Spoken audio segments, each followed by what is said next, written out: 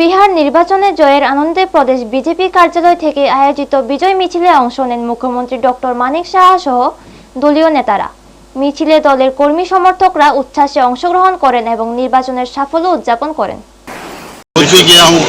और मेरे पास जो अभी तक खबर है कि जहाँ मैं गया था, आपको याद होगा जो चंपारण में, वहाँ पर 3 विधानसभा में मैंने किया था। तीनों में मैंने सुना, तीनों में आगे बढ़े हुए। तो टिप ऑफ द आइसबर्ग वो समझ जाते हैं क्या होने वाला है। और मैं बधाई देना चाहता हूँ सबसे पहले माननीय प्रधानमंत्री जी को और नीतीश जी को, जिस तरह पूरा टीम हमारा जो सर्वभारतीय होम मिनिस्टर साहब को, जिस तरह सब मिलके इतना अच्छा काम किया। वहाँ तो चलेगा नहीं है इस तरह। ये लालू जी का जो वहाँ का काम सब मैंने ये कैसे वहाँ पर वापस आएंगे, आ ही नहीं सकता है। तो आप सब जानते हो कि ऐसे गुंडागर्दी क्या नहीं हुआ, ऐसा नहीं चाहते। आप देखो बाड़ी कौन सा है, बेंगलोर। आप बेंगलोर में नेक्स्ट आने वाला है, अब देखोगे बेंगलोर मुक्त होगा।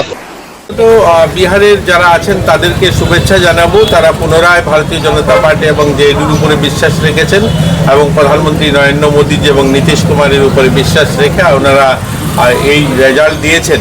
আশাবাদী আমাদের আগামী যখন সরকার হবে তখন আরও বেশি বিহারের উন্নয়নের জন্য, বিহারের মানুষের জন্য, সেখানকার সাধারণ মানুষের জীবনমান বদলানোর জন্য কাজ করতে হবে।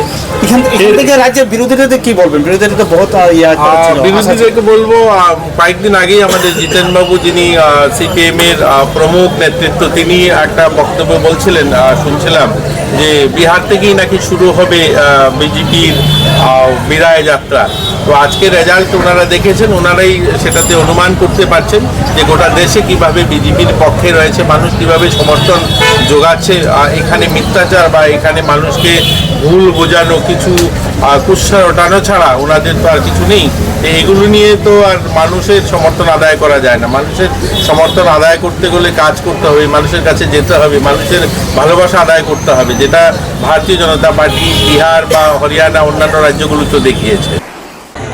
এই জয় গোটা দেশবাসীর জয়, এই জয় মা এবং বোনদের জয়, কৃষকের জয়, শ্রমিকের জয়, গোটা দেশবাসীর জয়, সর্বোপরি গণতন্ত্রের জয়। স্বাভাবিক কারণেই ভারতীয় জনতা পার্টি আমরা যারা কর্মী রয়েছি, আমাদের মধ্যে একটা উৎসাহ থাকবে, আনন্দ থাকবে, এটা হওয়াটাই স্বাভাবিক। তার থেকেও বেশি আনন্দ আমাদের হচ্ছে এই ভারতবর্ষের মধ্যে যে টুকরো টুকরো গ্যাংগুলা যেইভাবে এই দেশের সংস্কৃতি, অর্থনীতি, এই দেশের সভ্যতাকে নষ্ট করার জন্য যারা দায়িত্ব নিয়ে সক্রিয়ভাবে সেই কাজ করে যাচ্ছে, আজকে তারা নিশ্চিহ্ন বিহার নির্বাচনে। এবং নিশ্চিতভাবে আমরা বলতে পারি যে আগামী দিনে যে সকল নির্বাচন হবে, সে যে কোনো স্তরের নির্বাচন হবে, প্রত্যেকটা নির্বাচনে। আপনারা দেখছেন নিউজ তৎকাল 24।